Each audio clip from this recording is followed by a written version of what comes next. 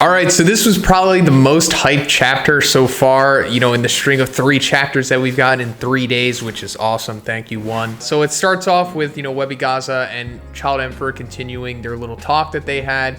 And it's revealed that the Neo Heroes have like a satellite similar to what we see Child Emperor has in the manga that can track people. So it makes sense for why things are playing out the way that they are, especially at the end of the chapter, which we'll get into. But also they're tracking a My Mask, which we know they probably had incentive for doing that initially, and we know Blue especially wants it, but it's just in the best favor of the Neo Heroes to do that to win, more of the public appeal over and everything. So that's an important part that we have to remember. They're putting it out there for a reason. But then we're coming to one of the big surprises of this chapter, and Sonic going against A. And I like that Sonic knows about A and he doesn't respect him at all. This is also building up Sonic more as an anti-hero. Here we're seeing that the Neo Heroes, or more so the organization, want Sonic because he'll make a great cyborg, which is obviously true.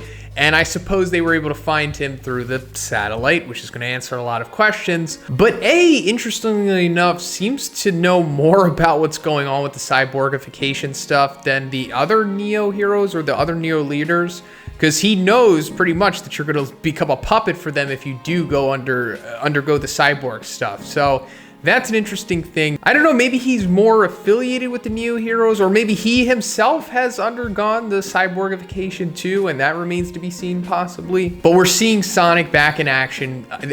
We haven't seen him since the whole Heavenly Ninja Party stuff, but this is also confirming, one of our suspicions is that he did in fact get one of those scrolls from the ninja leader guy, he who should not be named, and he received the electric discharge fist, which is awesome, power up for Sonic, because we saw that Flashy Flash also got power up a couple chapters back. He had that wind thing that he did against the heavy smoker monster, and he also says that maybe the scroll that I got was better than the one that Flashy Flash got, but that just confirms that. And also Sonic's still powerful as ever, because A can't really do anything to him, at least in the speed department, and he makes quick work of the Neo hero dudes that have the suits on as expected. But we don't really know how strong A is in comparison to the other Neo leaders. I mean, if he's a Neo leader, then I guess he's S-class level, take that for what you will. But I never really got the kind of feeling that A was one of the stronger ones, the way that rated is implied to be. So I just think this is a solid performance for Sonic more than anything. So then we're coming back to Purry with the prisoners, or as he calls the Purry prison partners.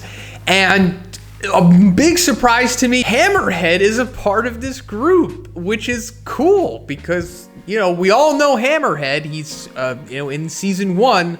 So he's one of the more well-known characters, but we haven't seen him since that sequence, at least in the webcomic. In the anime, it made it seem like he was on the straight and narrow and he was going on job interviews, but I guess in the webcomic, he just straight up went to Smelly Lid Prison, and now he's with Purry and he's getting somewhat of a redemption, I guess. Hey, me in the future. I also wanted to point out that Hammerhead has history with the organization. He's actually in that sequence where the organization is first revealed in the series. So I'm sure that's going to come back into play too. Maybe he knows some stuff that will help the Hero Association or the Heroes or something like that. But then we're coming to Raiden showing up, demanding that, the prisoners come with him, they become cyborgs, and then he's even like, hey, Purry, you deserve to be in jail as well, permanently. And he's like, look, I'm going to take them by force if you don't straight up give them over. So I think this is an important sequence here. Because, I've always been speculating that there's probably going to be a civil war between the Neo Heroes and the Hero Association. This might be the catalyst for it, because this is the first time where we're actually probably going to see Hero Association versus Neo Heroes, because Raiden, I assume that he's going to destroy Purry. Now, I don't know how strong Purry is in the webcomic currently. Maybe he's had some off-panel training or whatever. His power level is ambiguous at this point because we haven't seen him in a very long time. But Raiden pretty much showed that he's more or less on the level of Darkshine, if not even stronger than Darkshine. It remains to be seen, but I would say he's implied to be way stronger than Purry at this point. So expect Purdy to get dominated, and then the Hero Association obviously isn't going to take that lightly. They're going to be like, whoa, that's a direct, act of aggression against us. We need to retaliate. Or maybe the other heroes are like, hey, we need to retaliate. We can't just let these Neo heroes walk all over us. And this is probably going to start that civil conflict possibly. But then we're coming to the incredible end of this chapter where we see Suiryu with his gang of Neo heroes, and they say that they have tracked down the hero hunter, which we know is of course Garo. So yeah, so many questions here. Why is Garo working with the Beaver Movers? The last time we saw Garo was, I think, chapter 111 or something, where King stumbles upon him under that waterfall, and we knew that Garo was pretty much going on like a vision quest, trying to figure things out for himself, similar to how King was in that chapter. That's why he was meditating under that waterfall across from where that secret mummified monk master was. So I guess Garo maybe came to the conclusion that, you know what?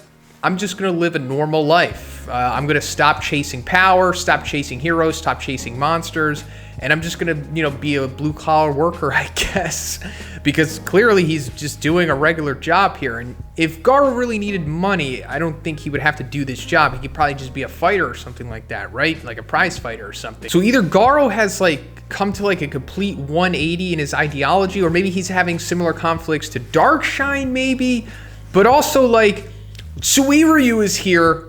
This is setting up Suiryu versus Garo potentially. Now, I don't want to get everyone's hopes up, because obviously we saw this happen in OVA 4 of Season 2.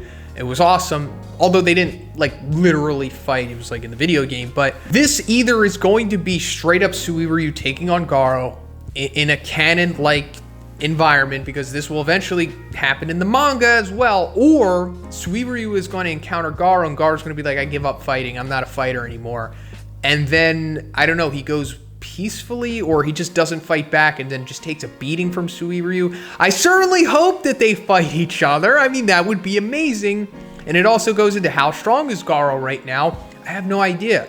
I doubt he's as strong as Awakened Garo, considering, after the face busted open and the smoke came out, he was like, the God Slayer Fist is leaving me, no. So I doubt he has that strength, but I don't know if he's retained some of the gains that he made through his monstrification and his, his journey to power that he had, because we can assume that he's a full-blown human right now. I don't know, there's so many question marks with Garo and his power and just everything about him at this point, but hopefully we go into that into the next chapter and they don't stray away from this and go back to Metal Bat. I just want to see this because, Garo's awesome. But let me know what you think about this in the comments. What do you think is going to happen with Garo? How strong do you think he is? If you like the review, guys, please give it a like and please subscribe. Trying to get to that milestone by the end of the year. And also I have a Patreon, a Twitch, and have a great day. I'll see you in the next one.